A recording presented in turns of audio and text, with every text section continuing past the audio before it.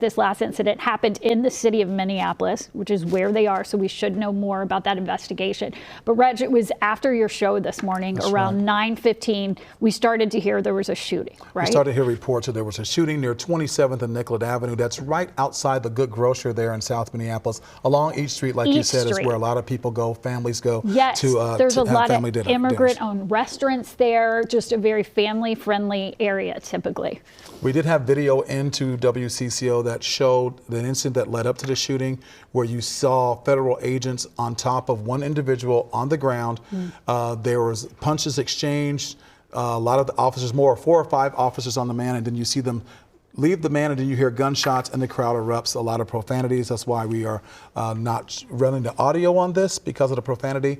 But this is video into WCCO that shows us exactly what led up to the shooting. All those federal agents on top of the man, and we have learned that 51-year-old man, according to the Associated Press, is dead from his injuries. So we know this was a fatal incident, but we have many questions about how it unfolded, exactly what happened, and we expect to have answers here in just a couple of minutes. Yeah, and our Caroline Cummings joins us now because she's hearing from elected officials. And what are you hering from them about this incident? Right, well, we heard from Governor Tim Walz earlier on social media. He said he was in communication with the White House, and he said, quote, the president must end this operation. We also are reporting that 2 Department of Homeland Security officials have told CBS News that the person who was shot had a firearm. And we also are reporting from our own Jennifer Merrily that the ATF is doing a trace on that gun that was recovered. So what is unclear right now, yes, the gun here is the gun that they recovered on the scene. Again, it's unclear where it was recovered. We do know that DHS is saying that the person who was shot and killed had this gun. So hopefully we'll get some more clarity in this press conference about where that was recovered. We do know, as I just said, that the ATF is running a trace on that firearm. We also got some statements from other elected officials, Senator Amy Klobuchar saying to Republicans in the Trump administration who have, quote, stood silent, get ICE out of the state now. She put that on social media.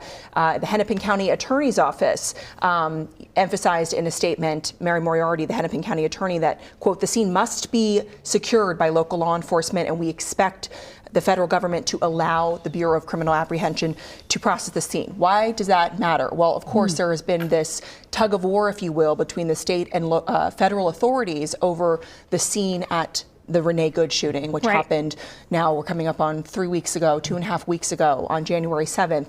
The state said that the federal government took over the investigation, did not allow them to see any of that evidence. That has been a point of contention. They want the state to be involved in that investigation. So here we are, unclear to what extent the BCA is involved at this point as they try to secure that scene, but perhaps that's another answer or question we can get answered at this press conference with the mayor and Brian O'Hara. Key question. And I want for people at home to know, you know, we've all covered these types of things over the years.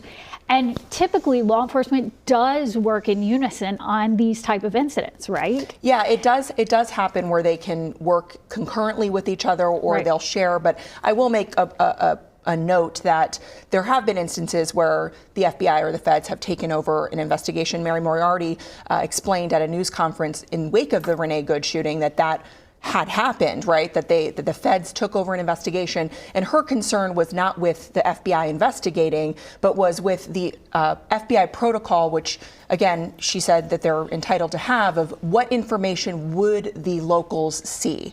And she said, absent the state being fully involved in the investigation, there's only high-level information that the locals might see. So that's why she and Governor Walz and the mayor have called for an independent state Bureau of Criminal Apprehension and Investigation. Of course, we know in the Renee Good shooting that is not happening right now, but it is unclear to what extent the state will be involved in any investigation here. So that'll be a big question. And it looks like something else is unfolding. I mean, we are getting this second by second. It looks like a person is down. We have seen them moving right there. And this is near the scene of where the shooting happened. It appears that they're in handcuffs there, Suze. You see that? Well, as Mike Max It looks like reported that. earlier, that this scene has been declared an unlawful assembly. They And said did they say were that gonna people who were out there were going to be arrested, and as we see right now, they are being arrested.